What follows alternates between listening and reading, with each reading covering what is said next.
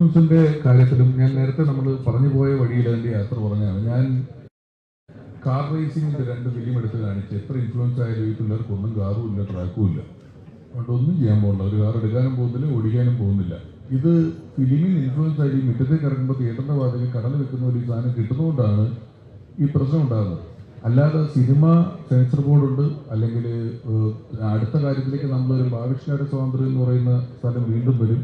Korean films ഉൾപ്പെടെ OTT പ്ലാറ്റ്ഫോമുകളിലൂടെയും ബാക്കിയുള്ള മാധ്യമങ്ങളിലൂടെ നിങ്ങൾക്ക് ലോകത്തുള്ള എല്ലാ കാര്യങ്ങളും കാണാവുന്ന അവസ്ഥകളുണ്ട്. ഒന്ന് പാരൻസിന്റെ ഉത്തരവാദിത്വം, പാരന്റൽ ലോക്ക് എന്ന് പറയുന്നത് ഒരു വിധത്തിൽപ്പെട്ട എല്ലാ ചാനലുകൾക്കും എല്ലാ കാര്യങ്ങൾക്കും ഉണ്ട്. പക്ഷെ അത് എങ്ങനെ ലോക്ക് ചെയ്യേണ്ടത് പിള്ളേർക്ക് അറിയാവുള്ളൂ, അതിൻ്റെ കുഴപ്പമുള്ളൂ. അപ്പം കുട്ടികളെ കാണുന്നതിനേക്ക് നമ്മൾ നിയന്ത്രിക്കുക.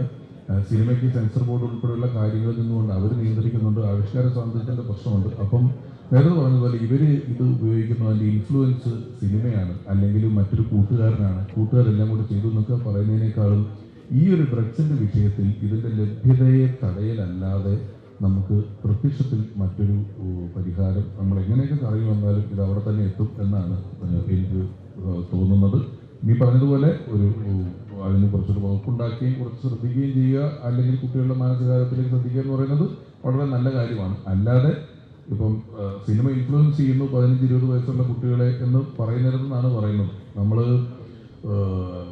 ഇപ്പോൾ ഒരാൾ പഠിച്ച് നമ്മൾ വിമാനം ഉണ്ടാക്കിയ സൂര്യയുടെ പടം വന്നല്ലോ, സൂര്യ റിപ്പോർട്ടർ എന്ന് പറയുന്നത്.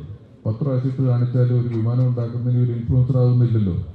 അപ്പം അതൊരു കാരണമായി പറയുന്നു എന്നുള്ളതിനപ്പുറം ഞാൻ അതിൽ വലിയ മാത്രമേ വിശ്വസിക്കുന്നില്ല.